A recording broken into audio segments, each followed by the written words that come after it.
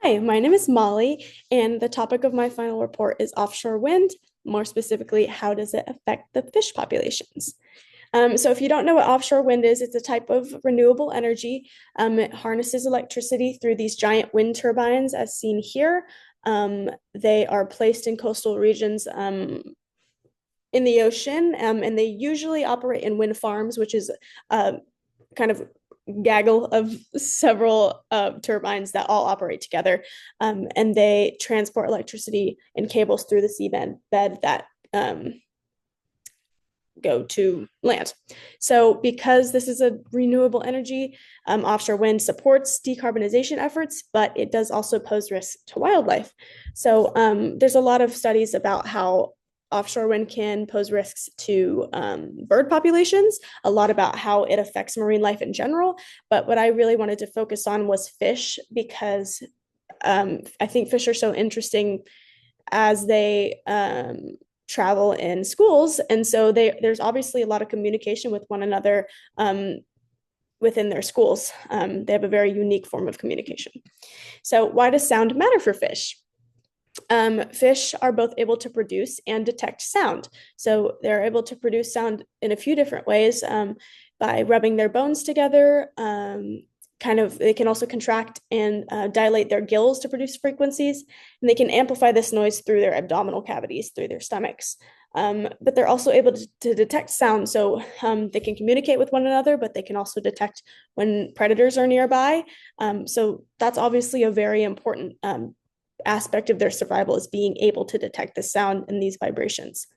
So human-made sounds are obviously so large that they can absolutely interfere with this detection and pose threats to their survival.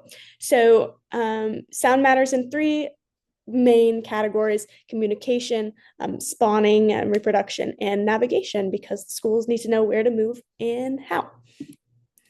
So this is just a graphic. I'll be brief with this because there's so much here, but the top um, the top graph shows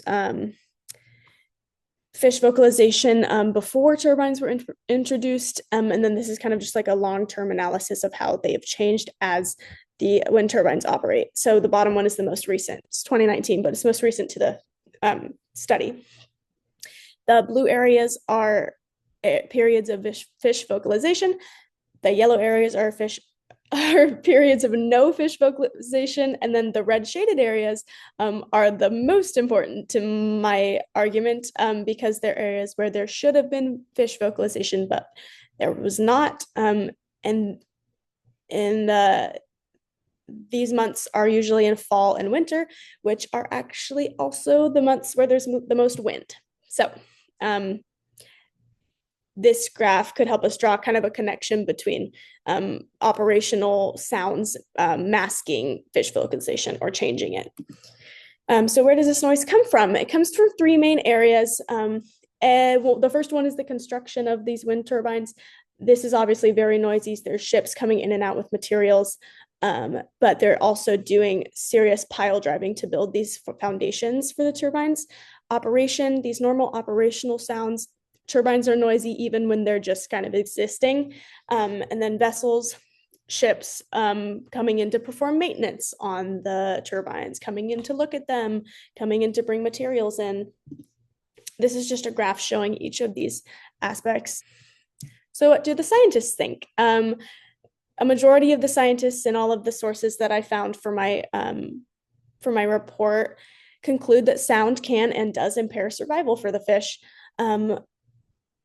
It affects, obviously, their ability to protect themselves from predators, but also their ability to communicate with one another, to find mates. And all of the studies really do just say that we need to study more and we need to study long-term effects. Mostly, the main conclusion I've made is that we need to just monitor the effects of noise pollution and develop technology that can help mitigate the sound that is produced, because clean energy is good, and we do need to find a harmony between protecting our marine life, but also working towards decarbonization and clean energy. So thank you so much for watching.